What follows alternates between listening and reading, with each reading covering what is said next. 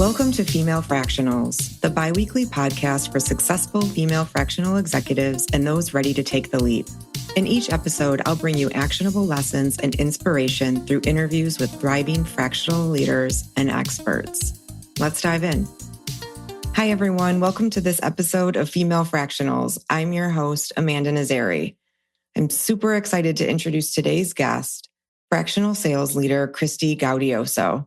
Christy Gaudioso has over 25 years of experience improving sales performance and driving revenue growth for businesses ranging from startups to enterprises.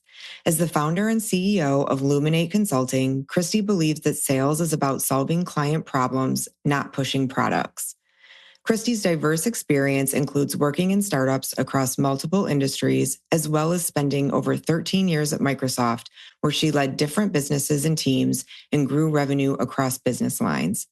Christy launched Luminate Consulting Services 2 years ago, where she builds go-to-market strategies for her clients and helps them grow revenue through her full-cycle sales teams. Her mission is to help founders bring their vision to reality through repeatable and predictable revenue streams. Christy has been a fractional sales leader for 2 years this month and is also the leader of the Chief Fractional Network, which is where we met. Without further ado, let's jump into the conversation with Christy. Hi, Christy. Welcome to Female Fractionals. I'm so excited to have you. And first and foremost, I want to congratulate you on your 2-year anniversary. That's such a milestone and so exciting. Thank you so much. Yes, we're very excited. I'm so happy to be on today. Great. Well, I would love for you to start out by just kind of sharing what brought you here today. Can you share a little bit about your journey to becoming a fractional? Yeah, absolutely. So my background is sales and sales leadership. So I've been in that space for the last 25 plus years. And I started in the startup space. So I was selling software, telemarketing, and then moved into Microsoft through one of my companies getting acquired. And I worked at Microsoft for 13 plus years. It was a wonderful place to be in that really invested in their people. And I feel like I truly grew as a manager, as a seller, as a leader. And then when I was at the end of my tenure there, I was looking at other options of where I wanted to go. And I left Microsoft to explore the startup space. I kind of wanted to take everything that I learned from the sales strategy to people leadership, business leadership, looking across multiple lines of business and take that to the startup and be able to do that from scratch. And so I worked in the startup space, leading sales and leading global sales teams. And then I did that for a few years, absolutely loved it. And then when I was thinking about my next phase and where I wanted to go after that, I took some time to think through what energizes me and where do I really find joy, and what are the things that I've done over the course of my career have given that to me, and like where's my single thread? Like there's I find that most people have a thread in their career, and mine was in building. I loved figuring it out, doing something that's never been done before that people were really stuck on, and being able to collaborate and ideate on that. And so when I talked to somebody in Chief, one of the women's groups that we're in together, they were talking about fractional. It wasn't something I heard of before, but I loved the idea of being able to do the part of the job that I love the most and just keep doing that part of the job. Because once sales continues to grow and build and it's all amazing and working and everybody's getting over 200%, get kind of bored. So for me, I like to be in the building and figuring it out. And so I started my fractional firm 2 years ago, and I started just as me doing fractional chief revenue officer, helping small, mid-sized businesses, founders, and enterprises in building out their sales strategy. But about 5 months ago, I brought in a couple people that used to work for me at different organizations and expanded to a fractional sales team.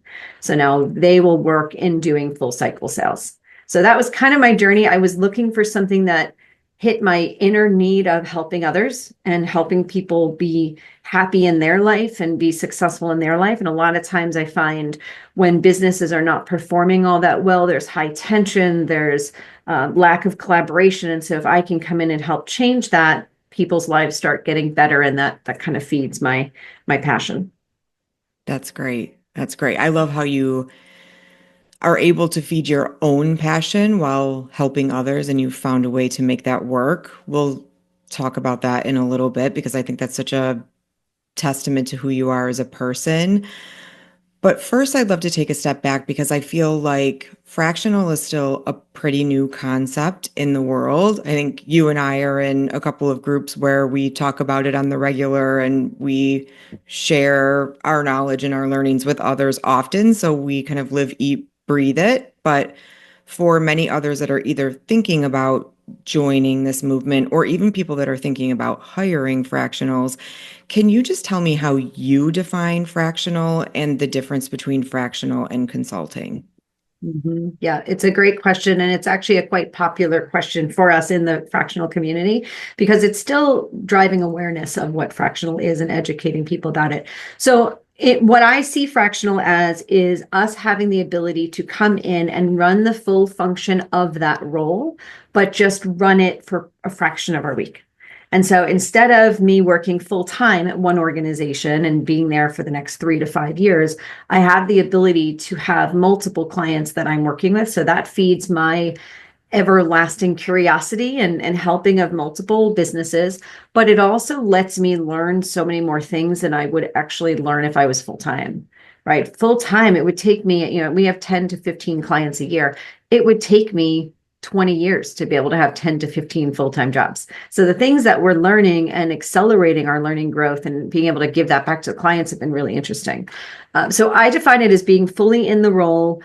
You're managing people, you're setting strategy, presenting to boards, right? Again, keeping my role as revenue. Other fractionals are not always doing the same exact things, but owning the full function, just doing it for part-time. And the benefit to the clients, you're getting somebody in sooner than you'd be able to typically afford to bring somebody in, right? You're not going to bring a CRO in when you have 2 people on your sales team normally, right? Your CROs are there to lead VPs and sales directors and sellers, and so you need bigger teams.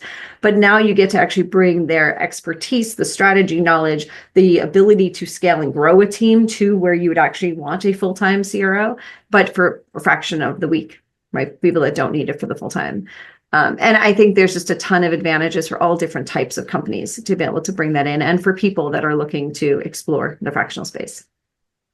That's great. That's great. And now that you have a couple of years under your belt, what is some advice that you would give to someone that's thinking about making the leap?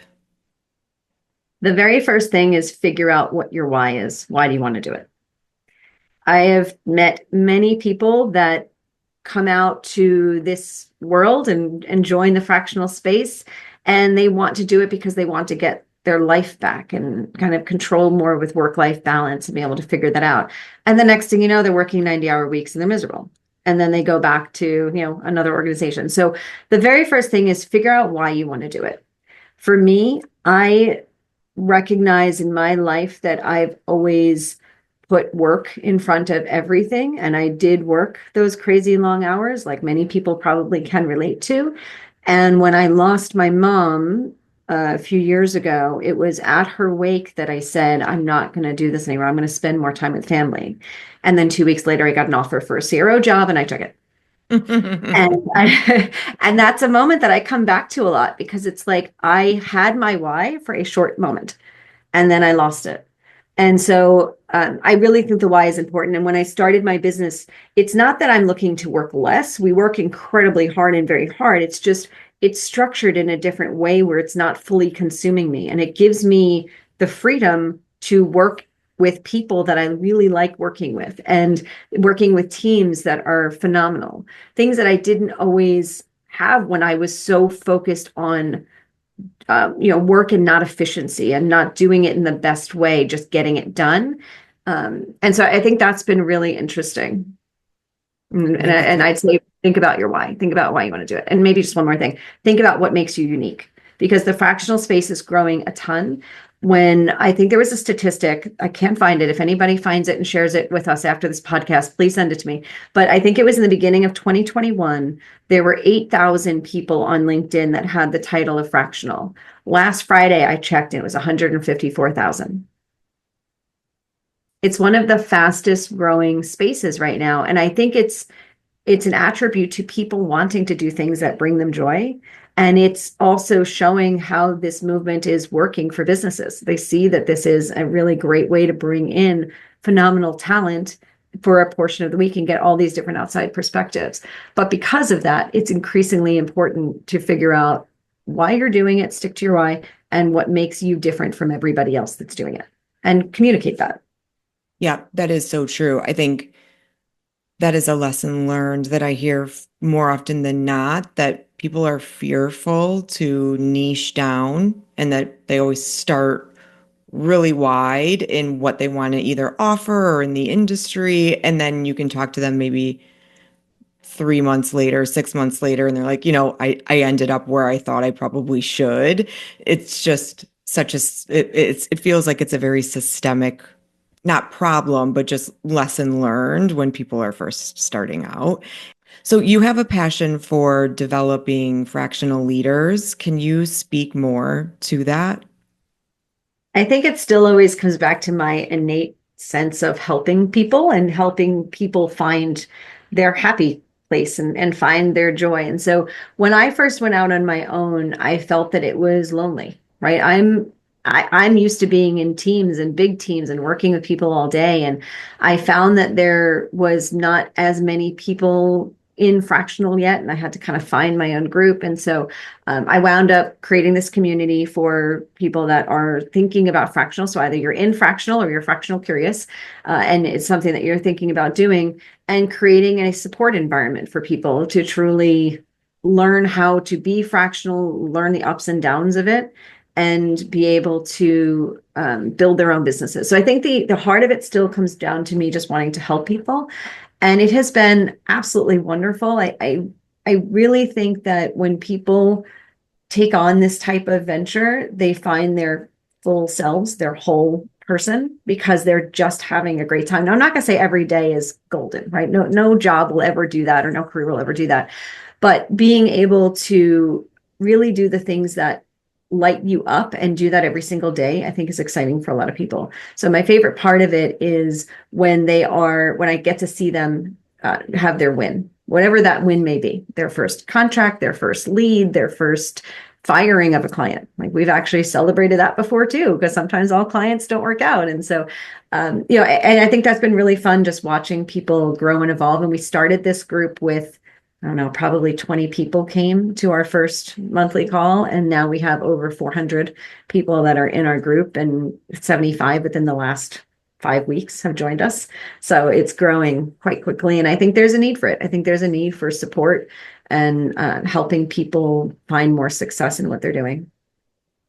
Yeah, I couldn't agree more. As a member of that group, I have been a part of it since the beginning, and I've also seen it grow. And I've also been so impressed with how helpful everyone is within the group, regardless of title, industry, what level of maturity their business is in.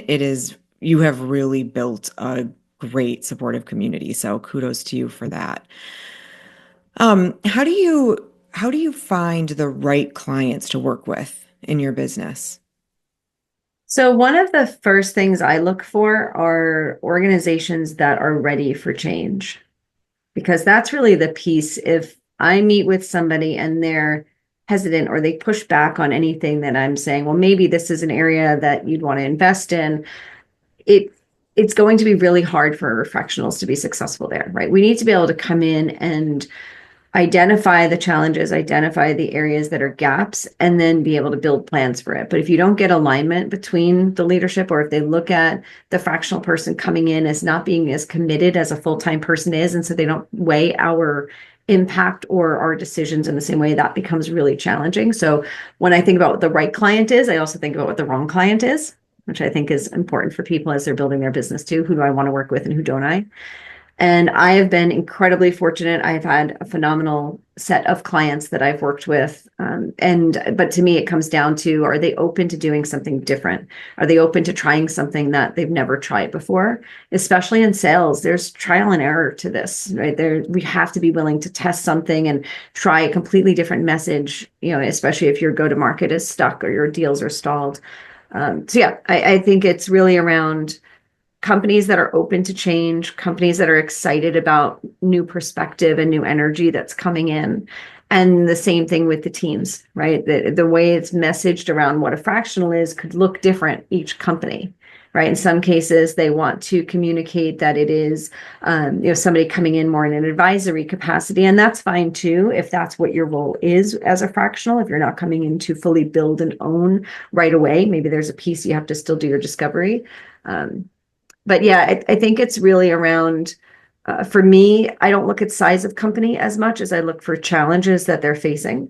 So is their revenue stuck? Are their deals being stalled? Is there too long between your first conversation and when that deal becomes an opportunity? And that's typically where structure and process help. So yeah, those are things I tend to look for. And how are you sourcing them? Are you leaning into referrals, community, all of the above? It's referral based or networking. And I have not been doing as much marketing for our services, and it's been fine. Like I know I need to get better and more active on social media. It's part of what's in my plan to do. But we have been really active with referrals and doing different networking events. So I actually have a target for myself of two networking events a month where I'm meeting with different founders or different investors. Because also when I work with the founder space, they're looking for help in finding funding. And so that's been really, really interesting and exciting to get to meet with different funding partners to support that, or in general, just looking for other people that are potentially interested in joining my firm over time. Mm-hmm. So as I scale out my business, right, we're considered a micro firm. So there's 4 of us right now, but that I see changing, right? Over the course of this year, we have a plan later this year to hire more people and to be able to take more clients on and be able to still deliver great work. So it's been really about being intentional in where I'm spending my time. But I happen to like connections, and I think networking always has this bad connotation. I don't really like the term of it's like I'm not trying to meet somebody because there's a point to it outside of just making a genuine connection. But I do feel like I am a connector. And so when I meet somebody, I connect them with them. And then all of a sudden they're thinking of me and they bring me in and they connect me to something. So it's authentic and it's well-intentioned, but we do tend to get a lot of the stuff through referral and through networking. That's great. That's great. Speaking of growing the business and having grown the business to where it is today, how do you find the balance between delivering the work, growing the team, having a personal life? How have you found that balance, and what are some of the tips and tricks that you can share? Yeah, it's also a really interesting question. When I was first thinking about how to scale the business, I reached out to our network and I said, hey, who has done this before that we can talk about, or who has ideas about how to do it? And one of the community members was talking about what can you delegate versus what you're doing every single day that you need to do. So I kind of started looking at my business. What's high impact of things that I need to be a part of? What are things that I can delegate to others that are high impact, but they can manage? Or things that are low impact that I'm spending my time on that I shouldn't be, and low impact that maybe I want somebody to manage. So she had this really nice framework. She put it into 4 boxes like that. And I used that approach and I was able to identify, at first I thought I needed a virtual assistant and I tried that, but that's not actually where my workload is. I don't have a lot of admin heavy stuff. So that's when I realized that I think there's a space for fractional sales team, because when I'm working with clients, if I'm working with a founder, I'm giving them advice, and I typically work with founders on advisory. But now I can work with a founder on a full fractional sales team, an on-demand sales team that comes in. And so I help build the strategy, and then my sales team will come in and actually build their pipeline. And that's been super interesting. So I went that direction of what other people like me can I bring in that will offer more value to the team. And the way we balance that is we meet every single week and we talk about what's happening within our clients, where my team is engaged. I have some clients that are just mine and I don't have it extended to my team. And in those cases, I'm not typically getting into what's happening within my accounts, but as we were talking about as a team, and we'll divide up what has to happen and we'll talk about the progress that's happening. And we all have pretty clear roles when we're engaging with the client. So I'm coming in for a certain period of time to focus on XYZ, and my team is coming in to own these pieces. And so we stay really close. We collaborate. We're talking throughout the whole week. And then, so that's balancing the work and who's doing what in the work. And then I will say, I always carve out time for keeping it open for what else could come out from other conversations. And that's kind of where the networking is. So I'm deliberate about a time commitment to networking. Each week, I'm just connecting with people, answering questions, trying to help here. And then I have some in-person things that I do throughout the month. And that time commitment, I actually have more time back than I did full time, even though I'm getting more done. And I'd say like our clients don't actually feel like they don't have us full time in many cases. They feel like we are there with them just everywhere they are and as often as they are. And that's a great feeling to be able to give, right? That feeling of comfort that we are there and we're responsive and we're reactive and we still have time for ourselves. Every one of the people on my team have a life and they have time for their life and they have work-life balance. And that's an important piece that we want to keep focused on. Yep, that's great. Do you remember the tipping point where you said, I can't do this on my own anymore? It's time to go beyond the virtual assistant or the accounting firm or whatever, and it's time to bring on an actual person or two or three. What was that tipping point for you? Yes, I had 3 clients at the same time, and I wanted to be able to bring in somebody else that could help support them and even just doing some behind the scenes stuff. So I wound up talking to somebody that was in between jobs that used to work for me, and I brought him in, and just for a period of time until he got his full-time job. And I was able to actually test what is it like having somebody here that can do sales and sales strategy and support some of the things and be an ideation partner with me, right? Which is really, really great to have. And that worked so well that I wound up bringing on another person. And then same thing, she just worked with me while she was looking for her next role. And then I'm like, okay, there's a system here. And so my tipping point was when it just got really busy for me, but still not overworked, still time to deliver and do what I needed to do. But I wanted to grow the business more. Right. As a revenue person, I built out my own go-to-market strategy and my business plan of where I want to take the business. And I have a vision for creating like it won't be a micro firm, hopefully, for long. I really do want to have a consulting firm that focuses on a few different areas that all cover the go-to-market. And in order to do that, I needed to hire people and bring them in. So my tipping point was really when I was feeling a little bit um, uh, not at capacity, but close to capacity where I could see capacity. And I had 3 proposals on the table at the same time. It's like, okay, well, I can't, if all 3 say yes, that's going to be hard for me to manage. But I had people on my bench that I can bring in. I already was talking to people that if it got busy, I can bring them in. And that's been wonderful. So I think I tested it out for a little bit and found that I liked the approach of it and it was working really well. And then I connected with more people. Everybody on my team I've worked with or has worked for me in other organizations too. And I like that approach because they all know my style. We have similar sales methodology. So it makes it very easy when there's people that you've worked with before. Yeah. Also, such a great testament to what you said earlier around knowing your why and the value you bring. If you have all of that tied up into a nice little bow and you're having conversations to the point where you're at capacity and you have 3 proposals on the table and you are confident enough in those that you're talking to people that you will need to bring on to help you deliver that work, that is such an amazing place to be as a fractional. I mean, that is just such a testament to everything that you've been saying today. So I think that's great. Okay. A couple of years in and all of the things that you've done, it's so amazing and inspiring. What would you say is like a lesson that you've learned, good or bad, or you can answer both? Yeah. Lesson that I learned, I thought I always believed that I was good at managing multiple things at the same time.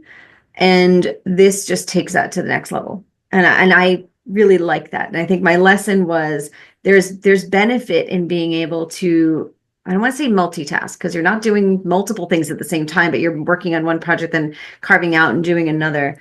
And I think there's a mindset for that. I'm not sure that that's a fit for everybody, but that I really kind of gravitated to that. So I think my lesson there was there's benefit from the way I've worked in the past and how busy I've been at so many of my jobs where I had to always manage multiple things in different projects. This lets you kind of do that. And I think the other piece is the benefit of being a curious person just makes this so much more interesting. I really enjoy getting to meet with different people and genuine curiosity about what's working, what isn't working, and oh, do you know this person? And or have you tried this thing? Or what if you did that? So I think those are all kind of fun lessons. The lesson that's probably not so great, and this is one I share often, one of my first projects that I was so excited to bid on for a nonprofit, I underbid my price proposal. And that's coming from a seller who knows like how to price and how to do this. But this was one of my first clients. You always have to line up your first client, probably a little different than your future clients. And I came in with a really aggressive proposal. I felt so good about this project. It was nonprofit, really meaningful. Like it meant something to me to be a part of this. And like, I can absolutely help them. And I wound up losing it. And I asked them for feedback, which I always recommend you do. If you ever lose a proposal, go ask for feedback. And they told me my price point was so much lower than the other person that bid that they thought that I wasn't going to be as focused and dedicated or detailed as they were. And yet my proposal was really strong. They liked everything I talked about, but they said, you must not be as good because your price point came in 1/5 what his did. It's like, wow, I really underbid. And that's an unfortunate place to be because they really liked me. They thought that my approach and how I was going to manage that was good. But even in your early clients, do not underbid yourself and your work so much to where it actually looks like you are not priced well in the market. And so that one client would have been able to last me, for so long. It would have just been such a great win. But I undervalued myself because I was so interested in working with them. And I lost it. So That is value yourself. Don't spend their money. Such an important lesson. I think so many people go into that first project and even projects thereafter and underbid themselves. We're actually going to have an upcoming episode on that. We should actually bring you back for that, given your background and what your area of expertise is. Not given that project, but just it is such a topic of discussion in so many of the groups that I am in. And we need to make sure that we're valuing ourselves and the services that we offer. Mm-hmm. Yeah. And now I help coaching people on how to price. How to price. Because the other thing was I wasn't super sure. Nobody was talking about pricing. How do fractional people price out?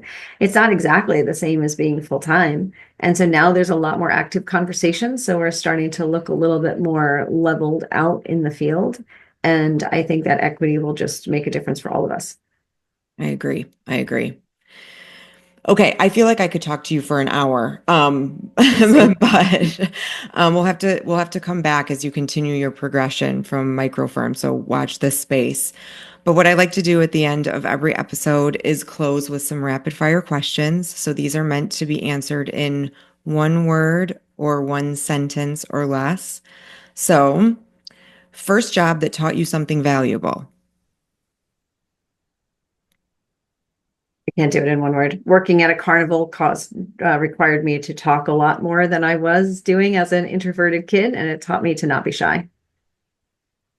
Okay, I've never met anyone that has worked at a carnival before, so that also might need to be a sidebar. Best investment you've made in yourself. I read a new book every 2 weeks. Most unexpected skill that's helped your career. Being a connector. I don't know if it's unexpected, but it's the thing that's helped me the most. That and curiosity, just being interested in everything. Favorite way to celebrate a win. Champagne. Most used emoji in professional texts. I actually started creating custom emojis. And so now I'm using those. So it's not a one-word answer. So I'm going to say custom emojis. You can make them of people's faces, of different outfits they've worn, of sometimes your AI headshot that was not coming out the way you expected it to. That could become an emoticon. It's amazing. My client knows who I'm referring to if he listens to this. Dream company headquarters location. Caribbean or Italy. Maybe South France. All of the above. just out of the snow in New York. I agree. I'm in the snow in Chicago. I feel it. Yeah. Dream superpower. Um, Being able to remember everything. I watched that show Suits, and having a photographic memory that just must be incredible and amazing to retain every book that I read down to the word. That would be a blessing and a curse, I think, in some instances. But for that Right? reason, it would be incredible. I agree. I agree. Well, thank you so much for coming on. This has been amazing. I cannot wait to continue to watch your journey from afar and also in our meetings. Thank you again for starting that incredible group and continuing to grow and support the community, both future fractional leaders and those that are already in the space, and continue to learn and grow from you and others. This has been incredible. If people want to reach out to you, I'll post it in the show notes. I'll also have it up on the website, but is there anything you'd like to share that I haven't covered? Yeah. So if anybody wants to reach out to me, I have no idea if this will work, but I will share my QR code for anybody to find me. But Luminate Consulting Services is my company. That's my website address. And I'm more than happy to work with anybody or support anybody as they're embracing this journey, or even in talking to clients about how best to leverage fractional people. But thank you so much, Amanda, for having me on. And thank you for running this podcast and creating this experience to help people learn more about the fractional space. I think it's going to be super helpful as this fractional movement continues in educating both those that are interested in becoming fractional and those organizations that are looking at bringing them on. I'm happy to be here. I had a great conversation with you. Thank you. As always, please remember to like, comment, share, and follow. Help us spread the word about female fractionals. Thanks for listening.